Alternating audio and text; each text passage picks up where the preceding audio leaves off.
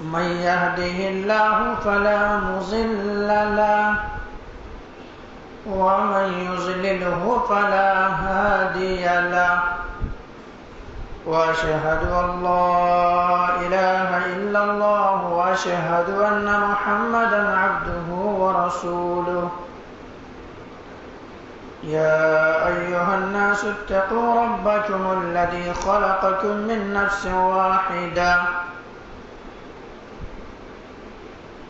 وخلق منها زوجها وبث منهما رجالا كثيرا ونساء واتقوا الله الذي تساءلون به والأرحام إن الله كان عليكم رقيبا يا أيها الذين آمنوا اتقوا الله وقولوا قولا سديدا يصلح لكم أعمالكم ويغفر لكم ذنوبكم ومن يطع الله ورسوله فقد فاز فوزا عظيما أما بعد فإن خير الحديث كتاب الله وخير الهدي هدي محمد صلى الله عليه وسلم وشر الأمور محدثاتها وكل محدثة بدعة وكل بدعة ضلالة وكل ضلالة في النار فقد قال الله تبارك وتعالى في كلامه المجيد والفرقان الحميد أعوذ بالله من الشيطان الرجيم بسم الله الرحمن الرحيم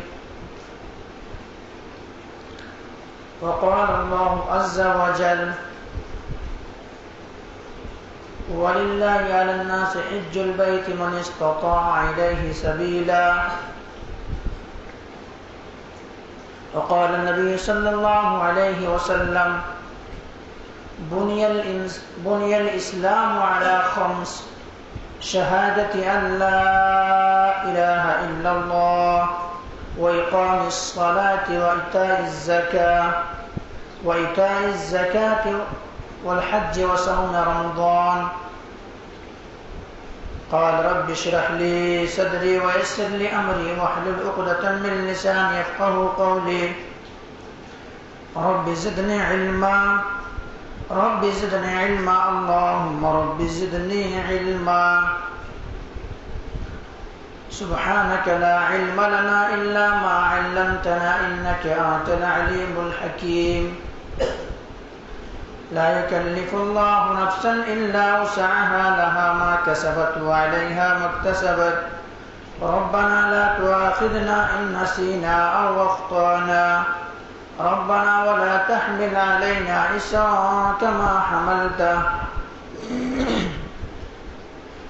حملته على الذين من قبلنا ربنا ولا تحملنا ما لا طاقة لنا به واعف عنا واغفر لنا وارحمنا أنت مولانا فانصرنا على القوم الكافرين.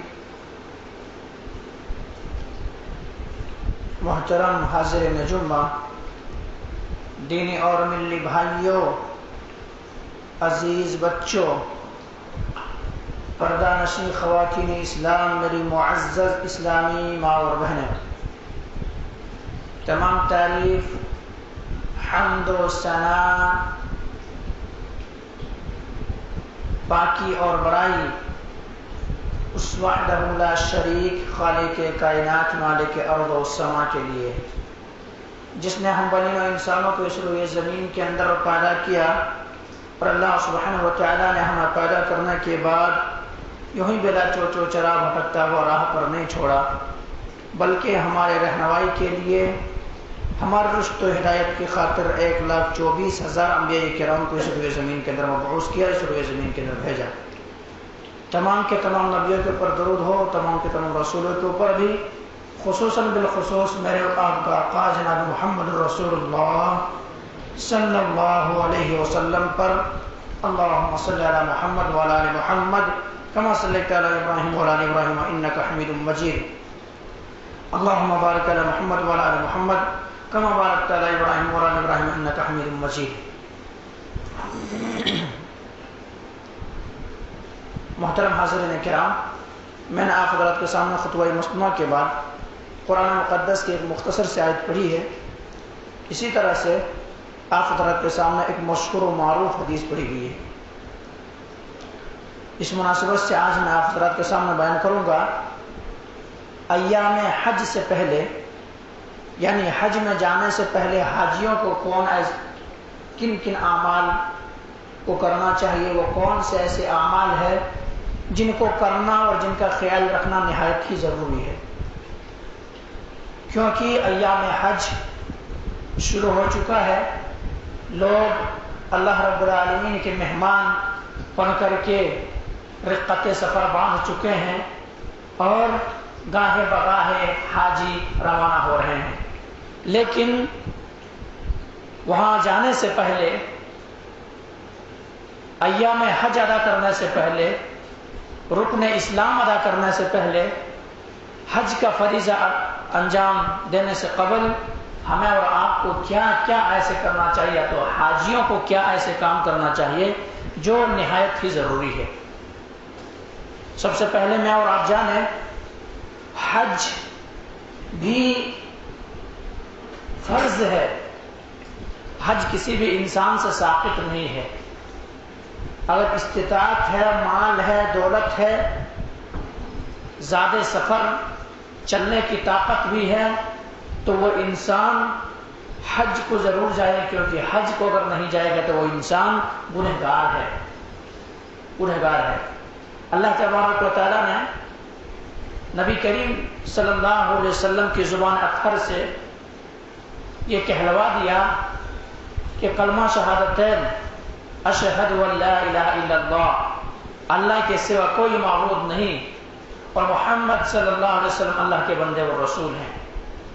دوسری چیز وہ اقام الصلاۃ، اور نماز قائم کرنا، وہ ایتاء الزکاۃ، زکوٰۃ ادا کرنا، والحج، اور حج کرنا، وہ صوم رمضان، اور رمضان کا روزہ رکھنا. تو جہاں پر نماز پڑھنا ایک انسان کے لیے فرض ہے، جہاں پر روزہ رکھنا ایک انسان کے لیے فرض ہے، کلمہ شہادتین کا اقرار کرنا فرض ہے، وہاں پر اگر ایک انسان صاحب مال ہے، اللہ تبارک و تعالیٰ نے مال دیا ہے، دولت سے نوازا ہے، سلطنت سے نوازا ہے، اللہ کے نعمتوں کے فراوانی ان کے اوپر ہوئی ہے، اور اتنا مال ہے تو وہ مال میں سے زکوٰۃ بھی ادا کرے گا. اور دوسری چیز، اگر اللہ تبارک و تعالیٰ نے ان کو اگر مال دیا ہے تو مال میں سے حج کرے گا. حج فرض ہے ان کے اوپر. تو یہ تین چیزیں سب کے لیے ہے. نماز امیروں کے لیے بھی ہے اور غریبوں کے لیے بھی ہے. کلمہ شہادتین کا اقرار امیروں کے لیے بھی اور غریبوں کے لیے ہے. روزہ جو ہے یہ امیروں کے لیے اور غریبوں کے لیے ہے. لیکن یہ جو حج اور زکوٰۃ جو ہے یہ مالداروں کے لیے ہے، کیونکہ غریب شخص ہے، ابھی وہ مکلف ہی نہیں بنایا گیا ہے، ان کے پاس استطاعت ہی نہیں ہے، تو وہ حج کہاں سے کرے. لیکن مالدار انسان جو ہے تو ان کو ٹال مٹول نہیں کرنا چاہیے. اللہ کے نبی جناب محمد کریم صلی اللہ علیہ وسلم نے فرمایا کہ نیکی کے کاموں میں جلدی کیا کرو، حج وغیرہ کے کاموں میں جلدی کیا کرو. کیوں؟ آج تم اس حالت میں ہو، پتہ نہیں کل پھر تمہارے اوپر بیماری لاحق ہو سکتا ہے، یا مال جو ہے وہ مال ختم بھی ہو سکتا ہے، کچھ بھی ہو سکتا ہے. اس لیے اگر استطاعت ہے اور آپ کے پاس دولت ہے تو آپ حج میں جلدی کریں، کیونکہ انسان بیمار بھی ہو سکتا ہے، مال ختم بھی ہو سکتا ہے، کیونکہ انسان ایک ہی لیول پر ہمیشہ نہیں رہتا ہے، ایک ہی حالت پہ ہمیشہ نہیں رہتا ہے. تو جب فرض ہے آپ کے اوپر تو آپ کو اس میں جلدی کرنا چاہیے. تو یہ چیز ہے. اور اگر کوئی انسان استطاعت کے باوجود حج نہیں کرتا ہے، استطاعت ہے اور استطاعت کے باوجود بھی اگر کوئی حج نہیں کرتا ہے، تو ایسوں کے لیے اللہ کے نبی جناب محمد کریم صلی اللہ علیہ وسلم کی بہت بڑی وعید ہے، بہت بڑی تنبیہ اور دھمکی ہے ایسوں کے لیے.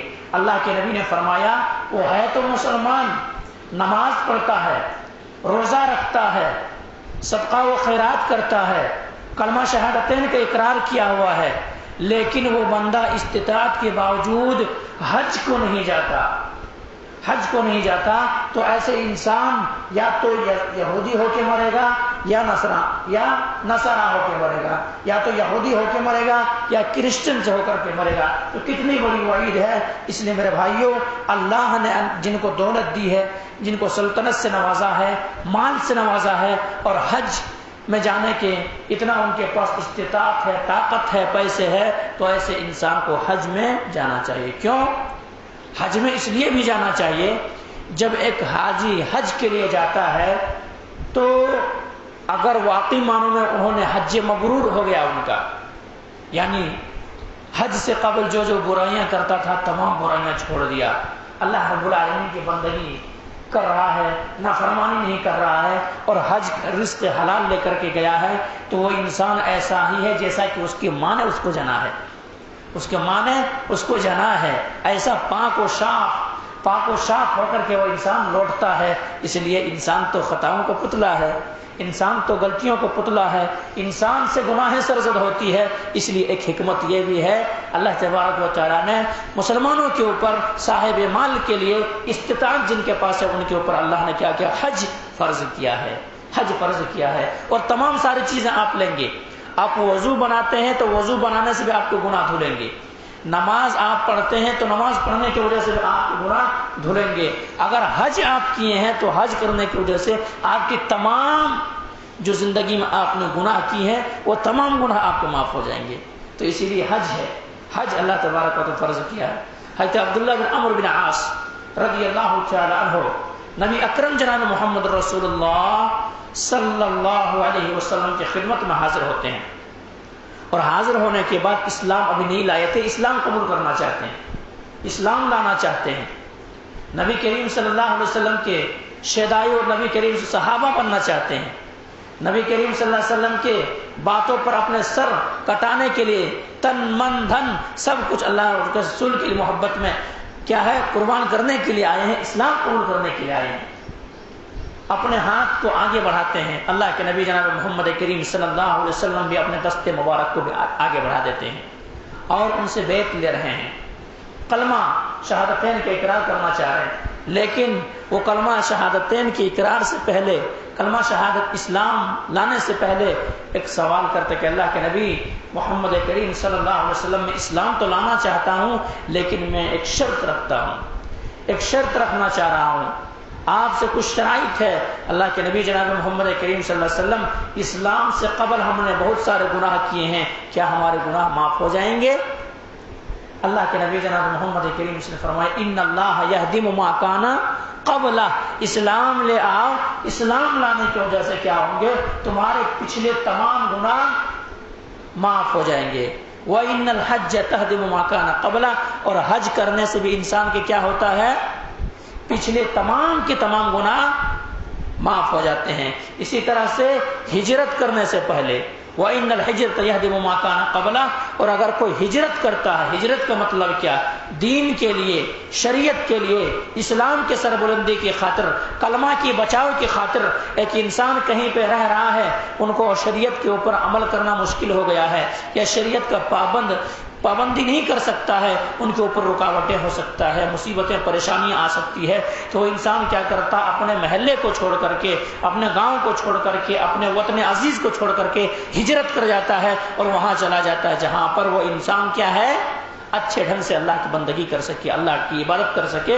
تو حج کرنے سے بھی اللہ تبارک و تعالیٰ ان کے تمام پچھلے گناہ معاف کر دیتے ہیں، حج کرنے سے تمام پچھلے گناہ معاف کر دیتے ہیں، اسلام لانے سے تمام پچھلے گناہ معاف کر دیتے ہیں، اور اسی طرح سے ہجرت کرنے سے اسلام انسان کے تمام پچھلے گناہ معاف کر دیتے ہیں۔ تو میرے بھائیو، یہ ہے حج کی فضائل، یہ ہے حج کی فضائل۔ تو اسی لیے انسان کے پاس اگر استطاعت ہے، مال ہے، تو انسان کو کیا ہے؟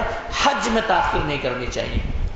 میرے بھائیو، آپ کو غور و فکر کریں کہ کتنے ایسے ہمارے احباب تھے، کتنے ایسے ہمارے ساتھی تھے، کتنے ایسے ہمارے دوست تھے جن کے دلوں کے اندر یہ تمنا تھا کہ ہم حج کریں گے، حج کو جائیں گے، آلریڈی تمام چیزیں تیار بھی کر رکھا تھا، لیکن توفیق نہیں ہو سکی۔ حج کیا ہے؟ حج کے ایام کیا بن کر دے گے، لاک ڈاؤن ہو گیا، لیکن اللہ تبارک و تعالیٰ نے ابھی کھولا ہے، اللہ تبارک و تعالیٰ نے ابھی موقع دیا ہے، پتہ نہیں پھر ہماری زندگی میں وہی مصیبت آ جائے، ہو سکتا ہے کیونکہ انسان ایک لیول ہمیشہ ایک طرح نہیں رہتا ہے، اس لیے جن کے پاس استطاعت ہے ان کو اس کام میں جلدی کرنا چاہیے، اس کام میں جلدی کرنا چاہیے۔ کیوں؟ انسان جب حج کرتا ہے تو تمام گناہوں سے مبرہ ہو جاتا ہے، تمام گناہوں سے پاک ہو جاتا ہے۔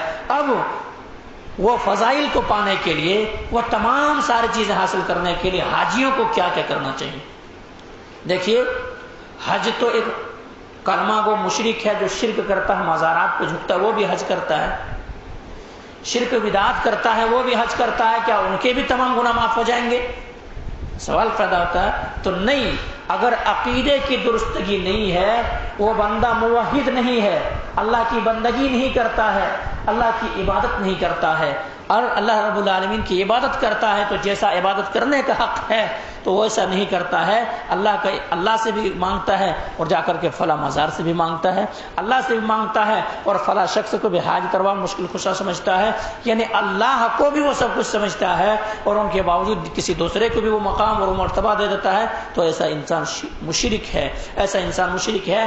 وہ کیا ہے؟ وہ حج کر لے، عمرہ کر لے، صدقہ کر لے، زکوٰۃ دے دے، روزہ رکھ لے، نماز پڑھ لے، کچھ بھی کر لے، ان کی تمام اعمال غارت ہو جائے، تمام اعمال غارت ہے۔ اللہ تبارک و تعالیٰ نے ایک جگہ 18 انبیاء کرام کا ذکر کیا، ابراہیم علیہ الصلوۃ والسلام، نوح علیہ الصلوۃ والسلام، ادریس علیہ الصلوۃ والسلام، ایوب علیہ الصلوۃ والسلام، یعقوب علیہ الصلوۃ والسلام، 18 انبیاء کرام کا ذکر کرنے کے بعد اللہ تبارک و تعالیٰ نے فرمایا فقد حبط عملہ، اگر لئن اشرکت لیحبطن عملک ولتکونن من الخاسرین، اگر یہ بھی شرک کرتے، کیا کہا؟ لیحبطن عملک ولتکونن من الخاسرین، لئن اشرکت، اگر یہ سب بھی اگر شرک کرتے تو شرک کرنے کی وجہ سے کیا ہوتا؟ ان کی تمام نیکیاں برباد ہو جاتی، تمام صالح اعمال برباد ہو جاتے۔ تو سب سے پہلے حج میں جانے سے قبل انسان سوچے کہ ہم سے کہیں شرک کی، ہمارے عقیدے کے اندر کوئی گڑبڑی تو نہیں ہے، ہم شرک تو نہیں کر رہے ہیں۔ اور انسان آج کئی اہل حدیث گھرانے ہیں، اپنے آپ کو کہتے کہ ہم موحد ہیں، ہم اہل حدیث ہیں، لیکن ان کے باوجود ان کے گھروں میں بھی شرک ہو رہا ہے، ان کے گھروں میں شرک ہو رہا۔ میں مثال دوں آپ کو اور آپ سمجھیں گے اس بات کو۔ مثلا کئی اہل حدیث گھرانے آپ کو مل جائیں گے کہ اپنے آپ کو کہلاتے کہ میں موحد ہوں، میں اہل الحدیث ہوں، میں شرک نہیں کرتا، لیکن انہیں بھی دیکھ لیجئے کہ کبھی بچہ بیمار ہو جائے، بیوی بیمار ہو جائے، یا کوئی مصیبت پریشانی آ رہی ہے تو فوراً وہ بھی جاتا ہے، جا کر کے گلے میں تعویذ لٹکا لیتا، لٹکاتا نہیں لٹکاتا، تعویذ لٹکا لیتا۔ یہ تعویذ لٹکانا کیا ہے؟ شرک ہے۔ من تعلق تمیمۃ فقد اشرک، جس نے تعویذ لٹکایا اس نے شرک کیا۔ تو میرے بھائیوں، اہل حدیث گھرانے کے اندر بھی ایسا ہو سکتا ہے، ایمان کی کمزوری اور اللہ رب العالمین کے اوپر ایسا توکل نہیں جیسا بھروسہ کرنا چاہیے، جیسا توکل کرنا چاہیے، جیسا یقین کرنا چاہیے، یعنی اللہ کو رازق نہیں سمجھ رہا ہے۔ وَإِذَا، اللہ نے کہا وَإِذَا مَرِضْتُ فَهُوَ يَشْفِينِ، موسیٰ علیہ الصلوۃ والسلام کہتے تھے کہ جب میں بیمار ہوتا ہوں تو اللہ شفا دیتا ہے۔ آج اگر ذرا بھی مصیبتیں آ گئی، پریشانیاں آ گئی تو کیا ہے، انسان وہ پہن لیتا ہے کہ پتہ نہیں نظر بد کا اثر ہو گیا کیا ہمارے اوپر جادو کا اثر ہو گیا یا ہمارے اوپر پورے دنیا کے لوگ مصیبت زدہ ہے، ٹوٹ پڑا ہے، کہیں ایسا ہو گیا کیا؟ تو ایسے تو یہی چیز، تمام ساری چیزیں، اگر ایک حاجی ہے اور حج میں جا رہا ہے تو اس سے قبل اگر ان کے گلے میں یا کہیں بھی اگر تعویذ وغیرہ لگا ہوا تو اس کو کاٹ کے پھینکیں، توبہ کریں کہ اللہ تبارک و تعالیٰ یہ گناہ بہت بڑا ہے، کیونکہ ان الشرک لظلم عظیم، شرک بہت بڑا ظلم ہے اور بہت بڑا گناہ، یہ بہت بڑا پاپ ہے۔ اللہ، آج میں تیرا مہمان بننے والا ہوں، آج میں ایام حج ادا کرنے کے لیے جا رہا ہوں، اللہ تبارک و تعالیٰ تمام شرک سے میں توبہ کرتا ہوں۔ اگر یہ تمام ساری چیزیں اگر ہے تو شرک سے کیا کریں؟ وہ انسان توبہ کریں، ان کے عقیدے میں گڑبڑیاں ہیں اس کو ختم کریں اور ان کو صحیح اصلاح کر لیں۔ سب سے پہلا کام حاجیوں کے لیے کیا کرنا ہے؟ اپنے عقیدے کی اصلاح کرنا ہے۔ عقیدے کی اصلاح سرسری طور پر جانیں کہ عقیدہ اس کو توحید، وحدہ یوحد، توحید اس کا مطلب کیا؟ تو اللہ کو ایک ماننا، ہر چیز میں، رزق دینے والا بھی اللہ، عبادت کے لائق بھی اللہ، تمام چیز اللہ رب العالمین کے قبض قدرت میں ہے، اللہ کے سوا کوئی دے نہیں سکتا اور کوئی روک نہیں سکتا۔ اللہم لا معنی لما اعطیت ولا موتی لما منعت، اے اللہ تو جو عطا کر دے وہ کوئی روک نہیں سکتا، اور اے اللہ تو جو روک لے اسے کوئی دے نہیں سکتا۔ اے اللہ تیرا فیصلہ جس پر ہو گیا ہے اس فیصلے کو کوئی بدل نہیں سکتا ہے۔ تو یہ چیز ہے، تو یہی چیز اللہ رب العالمین کے قدر کا، وما قدر اللہ حق قدرہ، ہر چیز میں اللہ رب العالمین سے ہی مانگا جائے۔ یہاں تک کہ حدیثوں کے اندر آتا ہے، روایتوں کے اندر آتا ہے کہ اگر کسی انسان کے جوتے کے تسمے تک ٹوٹ جائے، تسمے ٹوٹ جائے، جوتے کا جو پھیتا ہوتا ہے باندھنے والا وہ بھی اگر ٹوٹ جائے تو اس چیز کا بھی سوال، اس چیز کا بھی مطالبہ اللہ رب العالمین سے کیا جائے۔ وَإِذَا سَأَلْتَ فَاسْأَلِ اللَّهِ، جب بھی پکارا جائے، جب بھی مدد طلب کیا جائے اللہ رب العالمین کو پکارا جائے، اللہ رب العالمین سے مدد مانگا جائے۔ مصیبت میں، پریشانی میں، غم میں، کسی بھی چیز سے نجات دینے والا اگر ہے تو اللہ سبحانہ و تعالی ہے۔ اور ہم اور آپ ہر نماز کے اندر بھی وہی کہتے ہیں، ایاک نعبد و ایاک نستعین، اے اللہ ہم تیری ہی عبادت کرتے ہیں اور تجھ ہی سے مدد چاہتے ہیں۔ اب انسان نماز میں تو اقرار کر رہا ہے، نماز میں تو یہ پڑھ رہا ہے، لیکن باہر جب جا رہا کسی اور سے منتیں مانگ رہا، باہر جب جا رہا کسی اور کو مشکل کشا حاجت روا سمجھ رہا ہے، تو سب سے پہلے کیے جانے والے کام میں سے حاجیوں کے لیے، تاکہ ان کے اعمال درست ہو سکے، ان کے حج درست ہو سکے، ان کا لگایا ہوا سرمایہ، لگایا ہوا پیسہ صحیح استعمال ہو سکے، تو سب سے پہلے کیا کرے؟ اپنے عقیدے کے جانچے، اپنے اصلاح کرے۔ موحد بندہ ہے کہ کہیں یہ تمام ساری چیزیں تو نہیں ہے۔ اسی طرح سے کئی حاجیاں ہیں اور ان کے گھروں میں جا کر کے دیکھ لیں کہ ان کے گھروں میں طرح طرح کی تصویر لگے ہوئے ہیں، طرح طرح کی جاندار کی تصویر وغیرہ لگے ہوئے ہیں۔ تو یہ تمام ساری چیزوں سے گھروں کو پاک کر دیں، تمام ساری چیزوں سے یہ گھروں کو پاک کر دیں۔ کہیں کسی کا تصویر لگا ہے، یہ بیٹا کا تصویر ہے، یہ ان کا پرانا تصویر ہے، یہ ان کا فوٹو ہے، یہ ان کا فوٹو ہے، گھروں پہ باقاعدہ ڈیکوریشن کر کے سجایا گیا ہے۔ تو گھروں کو پاک کریں، گھروں کو پاک و صاف کریں، ہٹائیں ان چیزوں کو۔ کیوں؟ اگر آپ حج کر کے بھی آئے ہیں، اگر اس گھر میں رہ رہے ہیں تو آپ کے وہاں پہ رحمت کا فرشتہ نہیں ہو رہا ہے، رحمت کا فرشتے کا نزول نہیں ہو رہا ہے۔ جہاں پہ تصویر رہتا ہے وہاں پہ رحمت کا فرشتے کا نزول نہیں ہوتا ہے۔ تو یہ تمام ساری چھوٹی چھوٹی چیزیں جو ہے، یہ ان چیزوں کا خیال رکھیں۔ تصویرات وغیرہ سے گھروں کو پاک کریں۔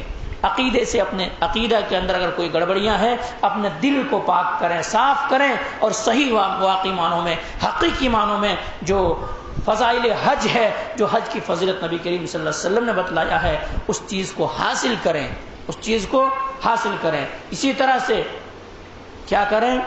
اگر کوئی انسان، اللہ کے نبی جناب محمد کریم صلی اللہ علیہ وسلم جتنا بتا دیے ہیں بس اتنا ہی کے اوپر میں اور آپ عمل کر لیں گے، الحمدللہ جنت کے اندر جائیں گے۔ کیونکہ صحابہ کرام رضی اللہ عنہم اجمعین اسی پر عمل کیے جو نبی کریم صلی اللہ علیہ وسلم بتا کے گئے تھے۔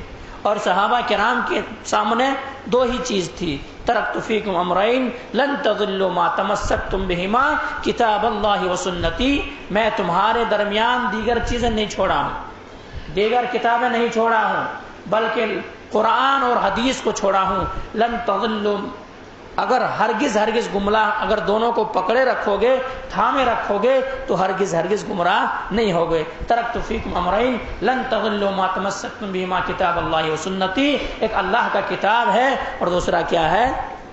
حدیث ہے، حدیث ہے۔ تو میرے بھائیوں، ہمیں اور آپ کو اسی پر عمل کرنا ہے جو چیز نبی کریم صلی اللہ علیہ وسلم سے ثابت شدہ ہے، نبی کریم صلی اللہ علیہ وسلم بتائے ہیں، صحابہ کرام کیے ہیں، اور جو چیز اللہ کے نبی جناب محمد کریم صلی اللہ علیہ وسلم جس چیز سے روکا ہے اس سے رک جانا ہے، کیونکہ وہ فرمان الہی بھی وہی ہے، ما اتاکم الرسول فخذوه وما نہاکم عنہ فانتہوا، یعنی جو چیز تمہیں اللہ کے رسول دے دے، ما اتاکم الرسول، جو رسول دے دے اسے لے لو، فخذوه اسے پکڑ لو، وما نہاکم عنہ فانتہوا، اور جس سے روک دے، جس سے منع کر دے، اس چیز سے باز آ جاؤ، اس چیز سے رک جاؤ۔ تو اللہ کے نبی جناب محمد کریم صلی اللہ علیہ وسلم ہمیں کیا کیا دیے، صحابہ کرام کے اعمال سے کیا کیا چیز ثابت ہے، وہ چیز ہم اور آپ لیں۔ دوسرے چیز اگر ہم اور آپ دیگر عبادت کر رہے ہیں، دیگر کام کر رہے ہیں ثواب کی نیت سے، تو اپنا اصلاح کریں، اپنا اصلاح کریں حج میں جانے سے پہلے۔ کیوں؟ آپ عقل جو کہے گی وہ شریعت نہیں بن سکتا ہے، آپ کے دماغ جو کہیں گے وہ شریعت نہیں بن سکتا ہے۔ کسی کا عقل پہ اگر شریعت چلتا تو انسان جو آج مسا جو کرتا ہے وہ موزے پہننے کے بعد تو اوپر سے مسا نہیں بلکہ اندر سے ہوتا، کیونکہ گندگی اوپر میں نہیں اندر لگتا ہے۔ حضرت علی رضی اللہ عنہ نے یہی کہا تھا کہ کسی کی عقل پر اگر شریعت چلتا تو عقل تو یہ کہتی ہے، عقل تو یہ مانتی ہے کہ گندگی اگر لگتی ہے موزے کے نیچے تلبے میں لگتا ہے تو انسان اوپر سے مسا کیسے کر سکتا، نیچے سے کرنا تھا، لیکن یہاں عقل نہیں چلے گی۔ شریعت نے جو بتایا ہے، نبی کریم صلی اللہ علیہ وسلم نے جو طریقہ بتائے ہیں وہی طریقے پر ہی انسان کو عمل کرنا پڑے گا۔ تو میں نے کیا بتایا، حاجیوں کے لیے سب سے پہلے تو اپنے عقیدے کی اصلاح کر لے۔ اگر شرک، بدعات، خرافات، دیگر چیزیں ہیں، ہو سکتا ہے بعض گھروں کے اندر ہے یہ تمام ساری چیزیں، اس کو پاک کیا جائے۔ دوسری چیز میں نے جو بتلایا وہ یہ بتایا، یعنی انسان ہے، انسان بہک گیا ہے اور انہیں اتنا لالچ اور اتنا پاٹ پڑھایا شیاطین کہ اعمال ان کو نبی کریم صلی اللہ علیہ وسلم جو بتائے ہیں، صحابہ کرام جو اعمال بتائے ہیں ان پر ان کا پیٹ نہیں بھر رہا، بلکہ اپنے طرح سے نئی چیزیں ایجاد کر رہا کہ نہیں یہ بھی اس میں یہ کریں گے تو اس میں ثواب ہے، ایسا کریں گے تو اس میں ثواب ہے۔ تو ثواب کے بجائے گناہ انسان تصور کریں، کیونکہ اللہ کے نبی جناب محمد کریم صلی اللہ علیہ وسلم ہر خطبے کے اندر ارشاد فرماتے تھے وَكُلُّ بِدْعَةٍ ضَلَالَةٍ وَكُلُّ ضَلَالَةٍ فِي النَّارِ۔ ہر بدعت کیا ہے؟ گمراہی ہے، انسان کو جہنم تک پہنچاتی ہے۔ یہ گمراہ بدعت انسان کو کہاں تک پہنچا دیتی ہے؟ جہنم تک پہنچاتی ہے۔ اسی لیے اللہ کے نبی جناب محمد کریم صلی اللہ علیہ وسلم نے ارشاد فرمایا کل قیامت کے دن ایک نمازی شخص آئے گا، ایک روزے دار شخص آئے گا، کلمہ شہادتین کا اقرار کرنے والا شخص آئے گا، لیکن ان کے اعمال جو ہوں گے، اعمال کے اندر بدعات ہوں گے، خرافات ہوں گے، نبی نے جو بتایا ہے اس کو وہ کیا ہے، اس چیز کو مکمل نہیں سمجھا ہوگا، بلکہ اپنے طرح سے نئی باتیں ایجاد کیا ہوگا۔ ثواب ہم کر رہے ہیں، نیکی کے کام کر رہے ہیں، نماز ہی تو پڑھ رہے ہیں، صلاۃ جو ہے وہی تو کیا عمر ہی تو پڑھ رہے ہیں، طرح طرح کی چیزیں اپنے طرح سے ادا کر لیے ہوں گے، تو کل قیامت کے دن تمام چیزیں لے کر جائیں گے غرم محجلین، اور وضو کے نشانات سے کیا ہوں گے، ان کے چہرے چمک رہے ہوں گے، ان کے زیورات پاؤں چمک رہے ہوں گے، کیونکہ اللہ کے نبی جناب محمد کریم سے ہمیں اور آپ کو جو پہچانیں گے تو اسی سے پہچانیں گے، کس سے؟ میں اور آپ جو وضو کرتے ہیں، جو نماز میں اور آپ پڑھتے ہیں، اور نماز میں جو وضو کرتے ہیں وہی اعضائے وضو چمک رہا ہوگا۔ کیسے چمک رہا ہوگا؟ گرم محجلین، گھوڑے کے ایک بہت بڑا تعداد ہے، وہاں پر اگر ایک سفید رنگ کے گھوڑے چلے جائے تو پورے گھوڑے میں سمجھنے میں دشواری ہوتی ہے، اسی طرح سے نبی کریم صلی اللہ علیہ وسلم امت کے پہچانے جائیں گے کہ وہاں پر گرم محجلین، وضو کے نشانات سے ان کے آثار چمک رہے ہوں گے، نبی کریم سے حوض کوثر پہ بیٹھے ہوئے ہوں گے، حوض کوثر پلا رہے ہوں گے، اپنے ہاتھ سے جام پلا رہے ہوں گے۔ یہ بندے بھی جائیں گے جو نماز لے کر کے گئے ہیں، روزہ لے کر کے گئے ہیں، تمام چیزیں لے کر کے گئے ہیں، لیکن ان کے زندگی میں جو ہے بدعات ہے، خرافات ہے، اپنی طرح سے نئی باتیں ایجاد کر دیا ہے۔ یہ انسان بھی جائے گا پانی پینے کے لیے، وہاں پہ فرشتے ان کو کوڑے مار رہے ہوں گے، مار کے دور کر رہے ہوں گے۔ نبی کریم صلی اللہ علیہ وسلم کہیں گے یہ ہمارے ساتھی ہے، یہ میری امتی ہے، یہ میرے امت کے لوگ ہیں، انہیں آنے دو، انہیں بھی حوض کوثر کے پانی سے فائدہ اٹھا لینے دو، انہیں بھی حوض کوثر کے جام پی لینے دو۔ اس کے بعد فرشتے کہیں گے کہ اللہ کے نبی جناب محمد کریم صلی اللہ علیہ وسلم، آپ کو اس بات کا علم نہیں ہے، آپ کو پتہ نہیں ہے، آپ کو گزر جانے کے بعد، آپ کو دنیا سے کوچ کر جانے کے بعد، آپ کو دنیا سے وفات پا جانے کے بعد، آپ کو آ جانے کے بعد ان لوگوں نے اپنی طرح سے کیا چیزیں ایجاد کر لیے تھے، کیا چیز اپنے طرح سے شریعت سازی کی تھی، کیا چیزیں بنا لیے تھے، آپ کو پتہ نہیں ہے۔ اللہ کے نبی جناب محمد کریم صلی اللہ علیہ وسلم کہیں گے سحقن لمن غیر بعدی، ہٹاؤ، ہم سے دور ہٹا دو، کوئی حاجت نہیں ہے، کوئی ضرورت نہیں ہے۔ میں نے تو اللہ تبارک و تعالی نے تو کہا تھا قرآن مقدس کے اندر فَإِنْ آمَنُوا بِمِثْلِ مَا آمَنْتُمْ بِهِ فَقَدِ اهْتَدَوْا، اگر تم ویسا ایمان لاؤ گے جیسے صحابہ کرام ایمان لائے تو ہدایت یافتہ ہو گئے۔ لیکن ان لوگوں کو وہ صحابہ کرام کے طریقے، وہ قرآن کے اندر بتائے ہوئے طریقے، شریعت کے اندر بتائے ہوئے طریقے انہیں راست نہیں آیا، انہیں سمجھ میں نہیں آیا، اپنے طرح سے نئی نئی چیزیں ایجاد کر لی اور ایجاد کر کے اسی پر عمل کرنا شروع کر دیا۔ یعنی دین کے اندر خرافات، بدعات و خرافات کیے۔ سحقا لمن غیر بادی، ہٹا دو، ہم سے دور ہٹا دو، ان کی کوئی حاجت نہیں ہے۔ تو میرے بھائیوں، میں کیا کہہ رہا تھا، سب سے پہلے اپنے آپ حاجی حضرات، ایام حج شروع ہو چکا ہے، وہاں جانے سے قبل یہ چیزیں کریں۔ حاجی حضرت طرح طرح کی چیزوں کو تو کیا کرتا، تیاری کرتے ہیں، لیکن ان چیزوں کے اوپر غور و فکر نہیں کرتا۔ کیوں؟ ان کو ہے ہی نہیں، وہ سمجھ رہا کہ ہم گناہ تھوڑی کر رہے ہیں، ثواب کر رہے ہیں۔ اب کوئی انسان اگر گناہ سمجھ کر کے کوئی کام کرے تو توبہ کر سکتا ہے، اب ثواب سمجھ کر کوئی کام کرے تو کہاں سے وہ توبہ کرے گا؟ تو میرے بھائی، عقیدے کی درستگی نہایت ہی ضروری ہے۔ پھر اللہ کے نبی جناب محمد کریم صلی اللہ علیہ وسلم نے جو بتائے ہیں وہی طریقے ہی ہم اور آپ کے لیے بہتر ہے، وہی طریقے پہ چل کر کے ہم اور آپ جنت کے اندر جائیں گے۔ وہی طریقے پہ چلے صحابہ کرام، تو اللہ نے رضامندی کی سرٹیفکیٹ نازل کی، رضی اللہ عنہم ورضوا عنہ، اللہ ان سے راضی ہو گئے۔ تو میرے بھائیوں، ہمیں اور آپ کو بھی وہی چیز لینا ہے جو نبی کریم صلی اللہ علیہ وسلم بتائے ہیں، اور وہ اس سے رکنا ہے جس سے نبی کریم صلی اللہ علیہ وسلم روک دیے ہیں۔ بلکہ وضاحت کے ساتھ مزید اما عائشہ رضی اللہ عنہ سے روایت ہے کہ اللہ کے نبی جناب محمد کریم نے فرمایا کہ اگر کوئی شخص من عمل عملا فلیس علیہ رد، اگر کوئی شخص اس لائے ہوئے دین پر، آئے ہوئے امر پر اگر کوئی نئی چیز ایجاد کرتا ہے، نئی چیز اپنے طرف سے بنا لیتا ہے، من امرنا فہو رد، تو ایسا یہ دین میں، شریعت سازی کرتا ہے، اپنے طرح سے بناتا ہے، تو وہ بھی مردود ہے، ان کے اعمال بھی مردود ہے، ان کے اعمال کی کوئی اہمیت نہیں ہے، کوئی اہمیت نہیں ہے۔ تو میرے بھائیوں، یہ چیز، تیسری چیز یہ کریں کہ شرک بدعات سے اپنے آپ کو پاک کر لیں۔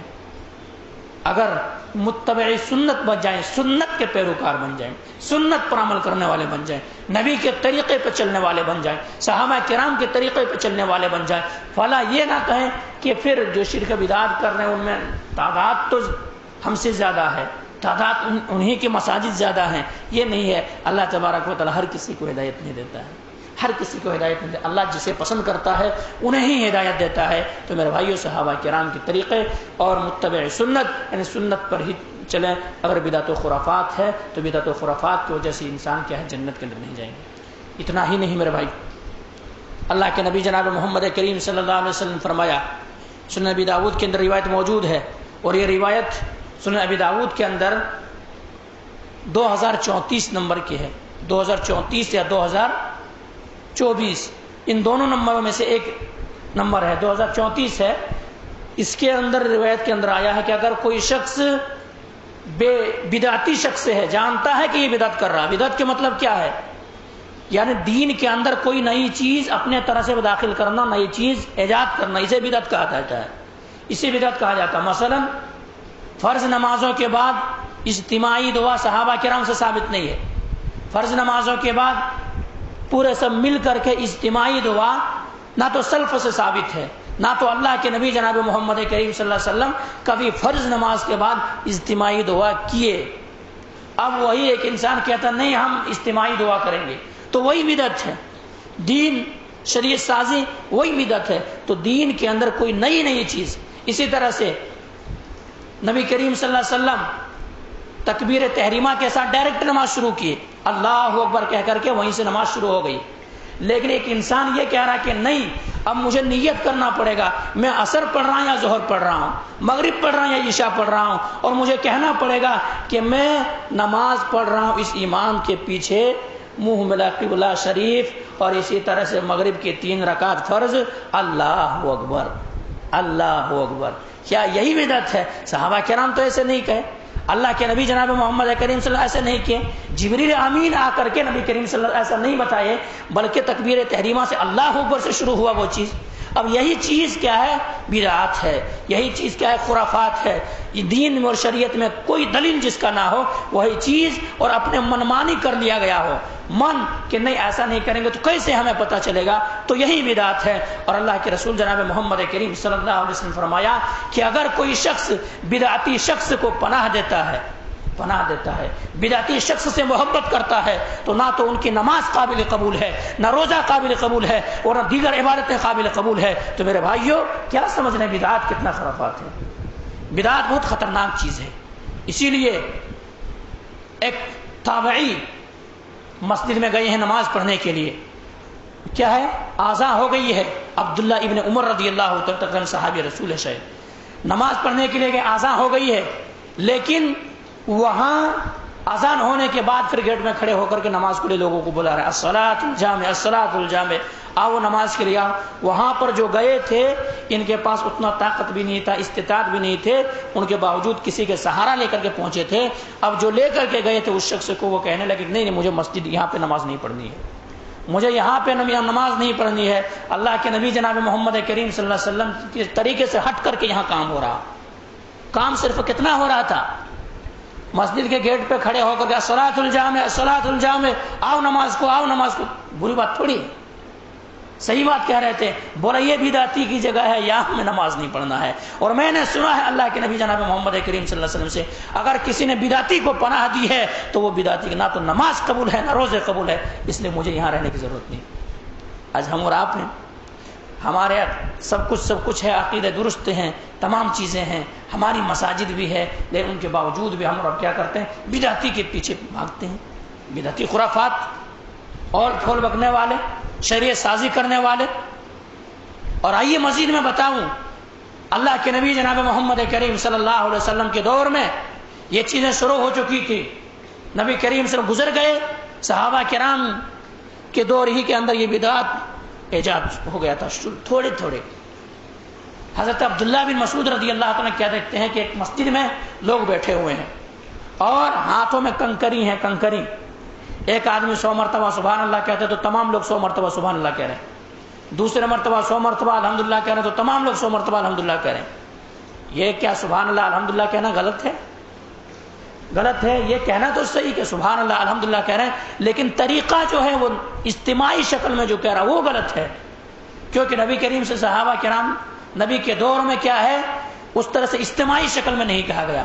اب ابو موسیٰ اشعری رضی اللہ عنہ ان کے پاس گئے، اس منظر کو دیکھا، اس منظر کو دیکھنے کے بعد عبداللہ بن مسعود رضی اللہ تعالیٰ عنہ کے پاس فوراً گئے اور کہے کہ میں نے ایک مسجد میں ایک ایسی چیز دیکھی ہے، ایسے اعمال لوگ کر رہے ہیں، میں یہ نبی کریم صلی اللہ علیہ وسلم کے دور میں نہیں پاتا ہوں، نبی کے دور میں یہ چیز نہیں پائی جاتی تھی۔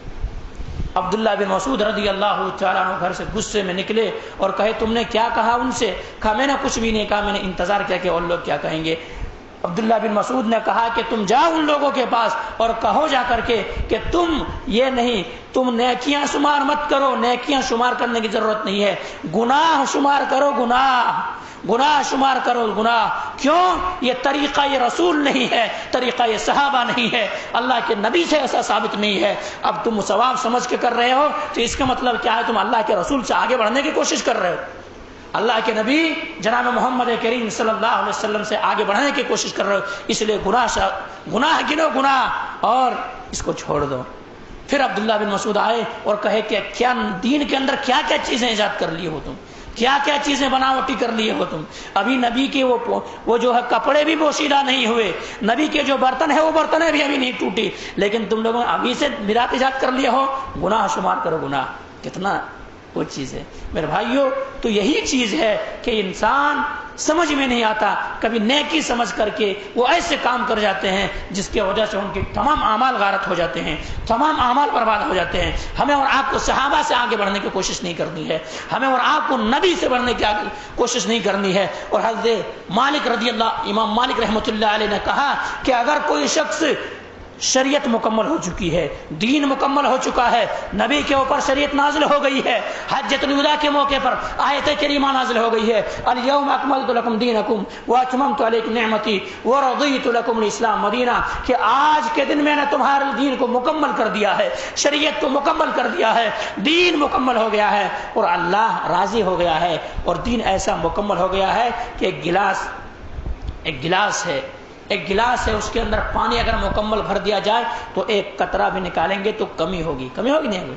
اگر ایک قطرہ بھی اس میں ڈالیں گے تو زیادتی ہوگی. تو اسی طرح سے دین مکمل ہو چکا، نہ تو اس کے اندر قطرہ نکالا جا سکتا ہے نہ تو قطرہ ڈالا جا سکتا ہے. وہی طریقے پر چل کر کے انسان جنت کے اندر جائیں گے. تو وہ چیز ہے کیا ہے؟ تیسری چیز کیا کرے؟ دیکھیں کہ ہمارے اعمال کے اندر کوئی بدعت و خرافات ہے کیا؟ خرافات بدعت ہے کیا؟ تو کیا بدعت و خرافات بہت خطرناک چیز ہے، بہت خطرناک چیز ہے. بدعت و خرافات سے انسان بچے، بدعت و خرافات سے بچے. اس سے کیا کرنا نہیں کرنا، کیونکہ اللہ کے نبی جناب محمد کریم صلی اللہ علیہ وسلم نے دین کو مکمل کر دیا، مکمل پہنچ چکا ہے. آئیے مزید میں آپ کو ایک مثال دوں تاکہ بات کو سمجھ میں آسان ہو. اللہ کے نبی جناب محمد کریم صلی اللہ علیہ وسلم کے ازواج کے پاس 3 شخص آئے. 3 شخص، مسلم کی روایت ہے. 3 شخص آئے اور تینوں شخص آنے کے بعد نبی کریم صلی اللہ علیہ وسلم جو ہے نا ان کی عبادت کے تعلق سے پوچھے کہ نبی کریم صلی اللہ علیہ وسلم کیسے عبادت کرتے ہیں. نبی کریم صلی اللہ علیہ وسلم عبادتوں کے تعلق سے بتایا کہ نبی کریم صلی اللہ علیہ وسلم کی عبادت کا یہ حال ہے، آپ ایسے عبادت کرتے ہیں جیسے نبی کریم صلی اللہ علیہ وسلم کے پاؤں پھول جاتا ہے، ورم آ جاتا ہے. نبی کریم صلی اللہ علیہ وسلم عبادتوں کا یہ حال ہے. اللہ اکبر. ان لوگوں نے سوچا کہ نبی کریم صلی اللہ علیہ وسلم کہاں اور ہم کہاں؟ نبی کریم صلی اللہ علیہ وسلم بخشے بخشائے ہیں، نبی کریم صلی اللہ علیہ وسلم تمام گناہوں سے مبرہ ہے، تمام گناہوں سے پاک ہے، اتنا زیادہ عبادتیں کر رہے ہیں تو ہمیں کتنا کرنا چاہیے؟ اب تینوں نے 3 طرح سے سوچ لیا. ایک نے کہا کہ دیکھیے میں ایسا کرتا ہوں کہ میں رات بھر ہمیشہ قیام کروں گا. دوسرے نے کہا کہ میں ہمیشہ روزہ رکھوں گا. تیسرے نے کہا میں شادی ہی نہیں کروں گا. شادی کر کے کون پھنسے گا جھنجھٹ میں، بیوی کے جھنجٹ، بچے کے جھنجٹ، بڑا مصیبت پریشانی. کون کرے گا؟ عبادت کرتے رہیں گے بس، شادی ہی نہیں کریں گے، ہمیشہ روزہ رکھیں گے، ہمیشہ قیام کریں گے. کتنی اہم چیز ہے کیا نہیں؟ ہمیشہ عبادت کرنا، روزہ رکھنا کیا گناہ کا کام ہے؟ ہمیشہ قیام اللیل کرنا، رات میں پوری رات بھر قیام اللیل کرنا کیا گناہ کا کام ہے؟ ثواب کا کام ہے. شادی نہ کرنا عبادتوں کے چھوٹ جانے کے ڈر سے اچھے کام ہے، برے کام ہے. ان لوگوں نے سمجھا کہ یہ تو بہت اچھا کام، اور اس لیے سوچی. اب نبی کریم صلی اللہ علیہ وسلم واپس آئے. واپس آنے کے بعد نبی کریم صلی اللہ علیہ وسلم کے زوجہ میں سے کسی نے بتایا کہ کچھ شخص آئے ہوئے تھے اور اس طرح سے باتیں کہہ کے گئے، آپ کی عبادتوں کے تعلق سے سوال کیے. میں نے بتایا کہ یہ عبادتوں کے حال ہے. نبی کریم صلی اللہ علیہ وسلم عبادت کرتے ہیں تو پاؤں کے اندر سوجن آ جاتا ہے، ورم آ جاتا ہے اور پاؤں پھٹ جاتے ہیں. عبادتوں کے یہ حال ہے. اور جب میں سوال کرتی ہوں تو کہتے ہیں فلا اکون عبدا شکورا، اللہ کا شکر گزار بندہ کیوں نہ بن جاؤ. تو یہ ہے. تو میں نے یہ تمام ساری چیزیں ان لوگوں کو بتایا. اب بتانے کی وجہ سے 3 شخص تھے، 3 طرح کی باتیں کہہ کے چلے گئے. ایک نے کہا کہ میں ہمیشہ قیام کرتا رہوں گا. دوسرے نے کہا کہ ہمیشہ روزہ رکھوں گا. تیسرے نے کہا کہ میں شادی ہی نہیں کروں گا. اللہ کے نبی جناب محمد کریم صلی اللہ علیہ وسلم نے ان تینوں کو بلائے. تینوں کو بلانے کے بعد نبی کریم صلی اللہ علیہ وسلم نے فرمایا کہ میں سب سے زیادہ اتقاکم للہ، میں اللہ رب العالمین سے سب سے زیادہ ڈرنے والا ہوں. سب سے زیادہ میں ڈرتا ہوں اللہ سے. لیکن دیکھو میرے پاس، تم شادی نہ کرنے کی بات کر رہے، میرے پاس بیویاں ہیں. میرے پاس بیویاں، کتنے بیویاں ہیں؟ میں شادی بھی کیا ہوں. اسی طرح سے رات میں قیام بھی کرتا ہوں، رات میں سوتا بھی ہوں، روزہ رکھتا بھی اور روزہ چھوڑتا بھی ہوں. اور یاد رکھو جو اس سے آگے نکلنے کی کوشش کریں گے تو فلیس منی فمن رغب عن سنتی فلیس منی، وہ کیا ہے؟ ہم میں سے ہے ہی نہیں. کیا کہا؟ وہ دائرہ اسلام امت محمدیہ کے لوگ ہی نہیں ہیں. کیا گناہ کا کام ہے؟ عبادت کرنا، روزہ رکھنا، نمازیں پڑھنا گناہ کا کام نہیں ہے، لیکن طریقہ نبی کا وہاں پہ نہیں پایا جا رہا. شریعت وہاں پہ جو اسلام، جو شریعت اللہ تبارک و تعالی نبی کو دے کر کے بھیجے ہیں اور جو شریعت ہم تک آیا ہے وہ شریعت نہیں پائی جا رہی ہے. اور نبی کریم صلی اللہ علیہ وسلم بتائیے طریقے سے ہٹ کر کے ہے. اس لیے نبی نے کہا کہ اگر ایسا کرو گے تو یہ مت سمجھنا کہ ثواب کے کام کر رہے ہو، بلکہ فمن رغب عن سنتی فلیس منی، تب ایسا ہے کہ تو ہم میں سے ہے ہی نہیں، اور جس نے بھی میرے سنت سے اعراض کیا وہ ہم میں سے نہیں ہے. تو میرے بھائیوں، ہمیں اور آپ کو کیا کرنا چاہیے؟ حاجیوں کو حج میں جانے سے قبل اپنے اصلاح کرنا چاہیے. عقیدے کی اصلاح، یعنی شرک بدعات ان کے عمل میں پایا جاتا ہے کیا؟ ان کے گھروں میں کوئی ایسا آدمی تو نہیں جو تعویذ گنڈے پہنا ہوا ہے؟ گھروں کے اندر کوئی تصاویر وغیرہ ہے کیا؟ تمام ساری چیزوں سے پاک کیا جائے. دوسری چیز کیا ہے؟ سنت، متبع سنت، یعنی سنت کے اوپر عمل کرنے والا ہو، بدعت و خرافات کے اوپر نہیں، اول فول بکنے والا نہیں. اللہ نے توفیق جن سے چھین لیا ہے اور جن کو توفیق نہیں دیا ہے وہ تو مکے میں جا کر کے بھی امام حرم کے پیچھے نماز نہیں پڑھتے، وہ مکے میں جا کر کے بھی امام حرم کے پیچھے اور مسجد حرم میں جو اتنا فضیلت کی حامی ہے، ایک رکعت نماز پڑھنے، ایک وقت نماز پڑھنے، ایک رکعت نماز پڑھنے کی اگر کوئی پڑھے تو لاکھ رکعت نماز پڑھنے کی برابر ثواب ہے، لیکن وہاں پر بھی امام حرم کے پیچھے نماز نہیں پڑھتے. کیا کہتے ہیں؟ نہیں لوگ ہم اس کے پیچھے نماز نہیں پڑھیں. جن سے توفیق چھین لیا. تو میرے بھائیو ان چیزوں کی اصلاح کریں. تیسری چیز جو ہے ہمیں اور آپ کو، اگر بے نمازی ہیں، بے نمازی بھی سمجھ لیں، حج ایک بار نہیں 1 لاکھ بار کریں، لیکن آپ کی زندگی میں نماز نہیں تو حج کوئی فائدہ نہیں ہے، حج کا کوئی فائدہ نہیں ہے.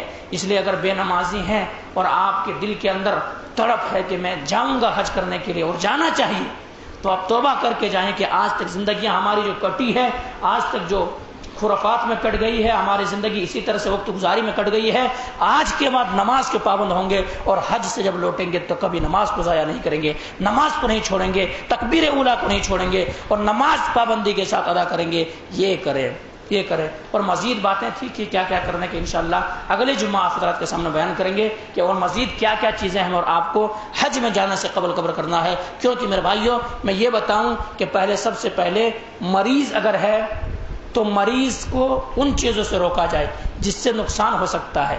مثلا ایک شوگر کا مریض اگر ڈاکٹر کے پاس جاتا ہے، وہ علاج کرنے کے بعد کہتا ہے کہ دیکھو آپ یہ چیز مت لینا، یہ چیز مت لینا، یہ چیز مت لینا. اگر ڈاکٹر صرف یہ بتائے کہ نہیں ایک دوائی کھاتے جاؤ اور پرہیز نہ بتائے تو فائدہ ہوگا؟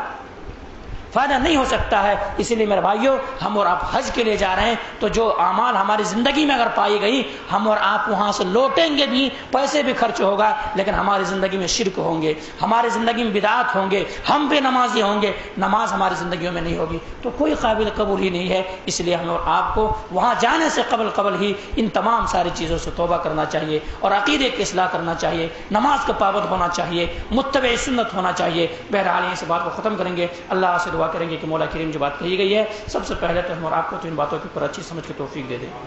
اس کے بعد مولا کہ ہم تمام مسلمانوں کو مولا کریم متبعی سنت یعنی سنت پر ہی عمل کرنے کی توفیق دے دے. مولا کریم جو بھی بدعت و خرافات کر رہے ہیں مولا کریم بدعت و خرافات سے توبہ کرنے کی توفیق دے دے. مولا کریم جن کے عقیدے کے اندر گڑبڑیاں ہیں مولا کریم شرک بدعات پائی جا رہی مولا کریم تو شرک سے توبہ کرنے کی توفیق دے دے. مولا کریم جو بے نمازی ہیں ان کو نمازی بنا دے. مولا کریم جو اس دنیا سے جا چکا ان کی مغفرت فرما دے. مولا کریم جو قبر کے مدفون قبر کو جنت باغ بنا دے. تقبل یا رب العالمین واخر دعوانا الحمدللہ رب العالمین سبحان ربک عما یصفون وسلام علی المرسلین والحمدللہ رب العالمین برحمتک یا